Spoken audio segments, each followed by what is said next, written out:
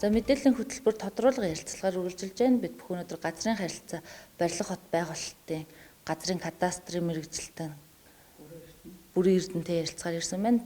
За танд энэ өдрийн мэнд хүргэе. Баярлалаа. Та бүхэнд ч гэсэн энэ өдрийн мэнд хүргэе. За тэгэхээр бас газрын гэрчлэгийг цахимд бүртгэх ажил маань бас 5 сарын 1-нд дуусах байсан боловч бас тушааллах гараад энэ оныг дуустал үргэлжлэхээр болсон байгаа тийм. Тэгэхээр энэ ярилцлагаар хоёулаа яриа. Тэ 2018 оноос эхлээд газрын кадастрын нэгдсэн улсын хэмжээний нэгдсэн мэдээлэл сан байгуулах ажил бол хийгдэж эхэлсэн байгаа. Энэ ажлын хүрээнд бол одоо нийслэл 21 аймаг 300 хэдэн сум бүх юмнууд бол одоо нэгдсэн мэдээллийн санд хандаж улсын хэмжээнд газрын кадастр, газрын удирдлагын нэгдсэн систем гэдэг юмыг бол эрхлэж ирсэн байгаа. Энэ ажлын хүрээнд бол бүх одоо газар өмчлөгч эзэмшигчийн мэдээллүүдийг газрын кадастрын нэгдсэн мэдээллийн санд бүртгэх ажил хийгдэж явж байгаа. Энэ ажлын хүрээнд одоо газрын тухай хуулийн шинжилсэн найруулга, газрын тухай хуультай уялдаад ер нь одоо нөгөө цахим шилжид гэдэг утгаараа газартай холбоотой бүх төрлийн үйлчлэгийг бол цахим шилжүүлсэн. Газрын удирдлагын нэгдсэн системийн нэг бүрэлдэхүүн хэсэг нь бол энэ кадастрын мэдээллийн сангийн хэсэг байгаа. Кадастрын мэдээллийн санд юу гэхээр тухайн одоо газар эзэмшигч өмчлөгчийн мэдээллүүдийг цахим хэлбэрээр иргэд одоо ямар нэгэн очир дугааргүйгээр татвар төлбөрийн мэдээлэл тухайн одоо газартаа бүхий л одоо лавлгааны мэдээлэл гэдэг ч юм уу тэр мэдээллүүдийг авах боломжоор хангаж өгсөн байнамаа.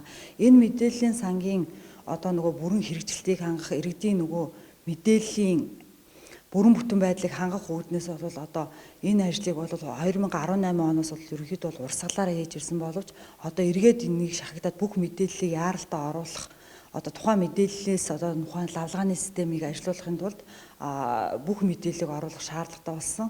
Энэ нь болохоор эзэмшигч ашиглагчдын мэдээллийг бол манай байгууллагаар тухайн одоо эзэмшигч ашиглалтын хувийн эрэг төвөгчлсөн лавлгаа нь манай байгууллагад хадгалагдаж учраас ерөнхийдөө бол манай байгууллага 21 оны байдлаар бол ерөнхийдөө гараашаас бус бүх ерөнүүд газар эзэмшигч ашиглалтын мэдээллийг бол кадастрын мэдээллийн санд оруулсан байгаа.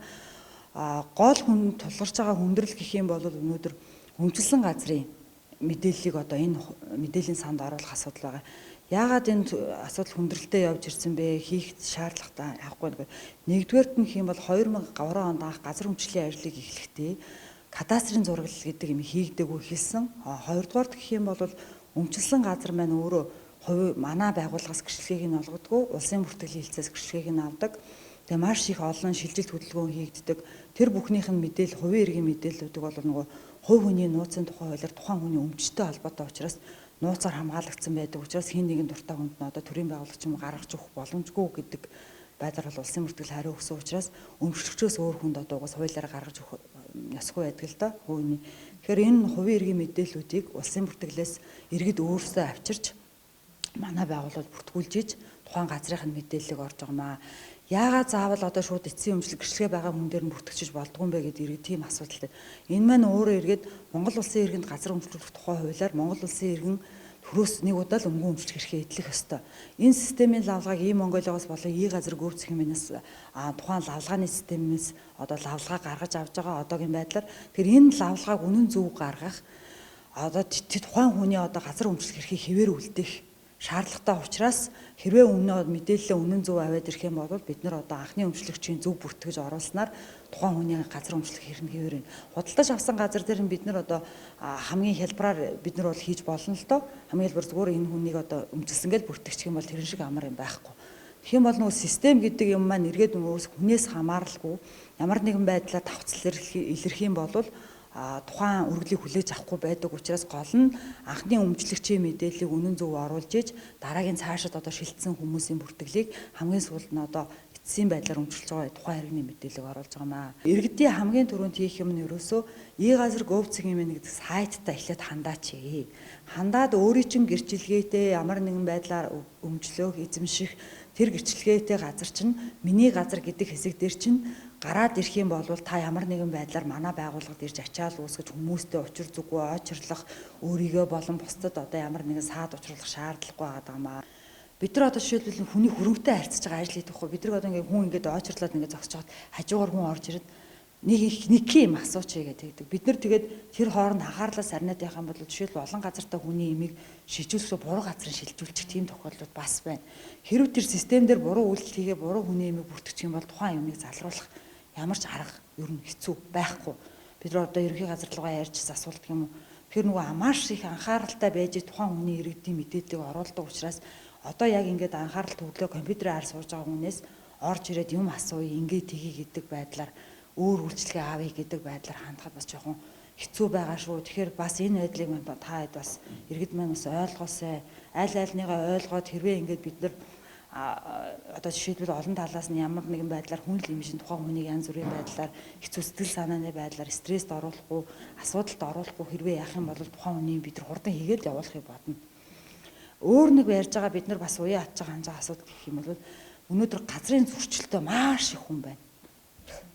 Тэгээ бас системд бүртгэх хугацаас нэлээд 2 удаа сунчлаа гэж байна. Тэгээ бас нэлээд чолон иргэд одоогийн байдлаар бас бүртгэлсэн байгаах тийм. Тэгэхээр яг хэдэн хувь нь бүртгүүлсэн одоо хэдэн хувь нь бүртгүүлээгүй тал дээр. Одоо ерөнхийдөө нэр салбарын тоогоор нь хуваар нь гаргаж одоохондоо шууд. Ерөнхийдөө бол энэ ажлыг он гарснаас хойш эрчимлүүлээ хийснээс хойш бол нэг 4800 орчим нэр талбарыг Баян өндөр сумын хэмжээнд Жаргалан сумын хэмжээнд бол нэг 200-аад нэр талбарын мэдээллийг одоо хүн бүртгэлтэй хийцэн байдаг.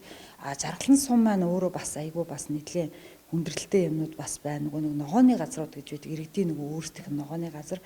Тэд нар маань өөрөө нөгөө газар өмчлөл эзэмшлийн ажлууд анх хийгдэхдээ кадастрын зураг гэдэг юм огт хийгдээгүй шүү. Зүгээр одоо тэр байршил тэдэн гаач гэдэг юм нойлоор нь тэдэн соот гэд ядсан хүмүүс маань өөрөө мэдээд идэг. Тэгээ кадастрын зураггүй учраас тэгээ нөгөө засаг даргын захирамж гэдэг юм уу Баян өндөр сумын тухайн нөгөө оруулж байгаа мэдээлэл маань эргээд ямар нэгэн байдлаар хянагдаж байгаа байхгүй юу? Бид нар ямар нэгэн орон үндэстгүйгээр засаг даргын шийдвэр ч юм уу накретийн гэрөө байхгүйгээр тухайн мэдээллийг бүртгэх ямар ч боломж байхгүй. За хэрвээ ингэ бүртгэлээ гэж бодъё гэхэд эргээд тухайн мэдээллүүдийг авилгатай тэмцэх газар одоо манай мэдээллийн сан дундын мэдээллийн сан гэдэг энд хандаж шалгаж байгаа улсын бүртгэлийн хэлц тухайн мэдээллүүдийг одоо улсын бүртгэлийн дугаар өгж байгаа мэдээлүүд 4-5 мэдээллүүдийг бол бид нар одоо шивж оруулаад сканердаад илгээдэг байхгүй юу? Тэр тухайн мэдээллүүд дээр нь давхар хяналт хийгдэж байгаа учраас хэрвээ буруу оруулсан тохиолдолд тухайн мэдээллийг оруулсан мэрэгчлээ өөрөө хариуцлага хүлээх байдлаар явж байгаа учраас энд бас хүлээцтэй хандах хэрэгтэй байгаа. Танах бас гэрчлэгийг шинчилж байгаатай холбоотойгоор урт засгийн цагаар ажиллаж байгаа гэсэн тийм хэдэн хэдэн цагийн хооронд ажиллаж байгаа юу бас иргэд бас ирээд оочор дараа үүсгээд зарим үед бас замраагүй байдал үүсгэж байгаа тохиолдлууд гарч байна. Энэ тал дээр бас бид нар бол ерөнхийдөө бол маш их одоо нөгөө мэрэгчлүүд маань ажлын цаг гэдэг юмыг одоо яахгүй өдөр бидрэгт бол ерөөсөө шууд хийгээд аваад одоо нөгөө хүлээж аваа материалын хүлээж аваа хийх боломжтой хүмүүсийн материал байна. Судлаж үзэх янз бүрийн асуудлаар шийдвүлэх одоо шил өөр аймаг суманд давхар газар өмчлсөн хүмүүсийн асуудал байна. Тэдрийг бол эргэж тодруулж үзэхүүднээс одоо жишээлбэл тухайн иргэний материалыг яг тухайн үед нь шийдэх боломжгүй материалуудаа бид чинь аваад үлдчихэж байгаа байхгүй. Тэгээ эхний үедээ бол зарим үед нөгөө янз бүрийн гачигдал хийсэн асуудалтай хүмүүс зовлон энтрээ тойцсон зогсож байгаа яг хийлгэхгүй тэр хүмүүсийн материалыг бид нар аваад үлдчихэж байгаа байхгүй.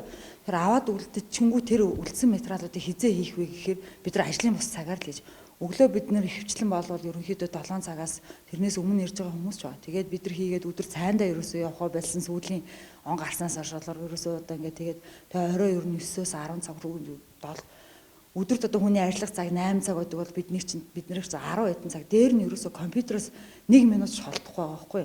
Одоо гар гэдэг юм нэг хүсээс маусны нэг хэсэг дээр ерөөсөө салахгүй зурган мэдээлэл дээр ажиллаж байгаа учраас жишээл өөр юм хийж байгаа хүмүүсийн хувьд бол тухайн компьютероосоо босоод нэг 5 минут ч юм уу суугаад яах тийм цаг зав байхад бидний хувьд тийм ямар ч боломжгүй тасралтгүй одоо дэлгэцэрсэн солоос сүүлийн үед одоо нөгөө эргээд тухайн одоо ажлыг хийж байгаа хүмүүсийн эрүүл мэндийн асуудал өнөдөр айгүй хүнд болж байна.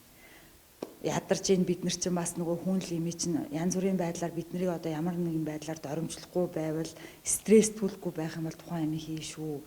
Тэгэхээр энэ иргэдийн зүгээс ч бид нар юм чинь бас бидний зүгээс ч одоо асуудал гаргаад янз бүрийн байдлаар нөгөө тухайн стресстэй үедээ энэ төр асуудал гарахыг хүн л имий ч үгүйсэхгүй. Тийм юм байдал гаргаж байгаа бол бас иргэдээс тодорхой хэмжээнээс уучлал үсэе гэж бодож байна. Олон цагаар одоо нөгөө хил амт нэгэ дээр нөгөө манай албан хаагчдын тооч нь цөөхөн, хүн нь цөөхөн, тухайн ажлыг хийж байгаа хүн нь цөөхөн ирж байгаа иргэд маань олон шүү. Манайх өөр аймаг сумтай харьцангуй олон мянган хүнтэй байхгүй.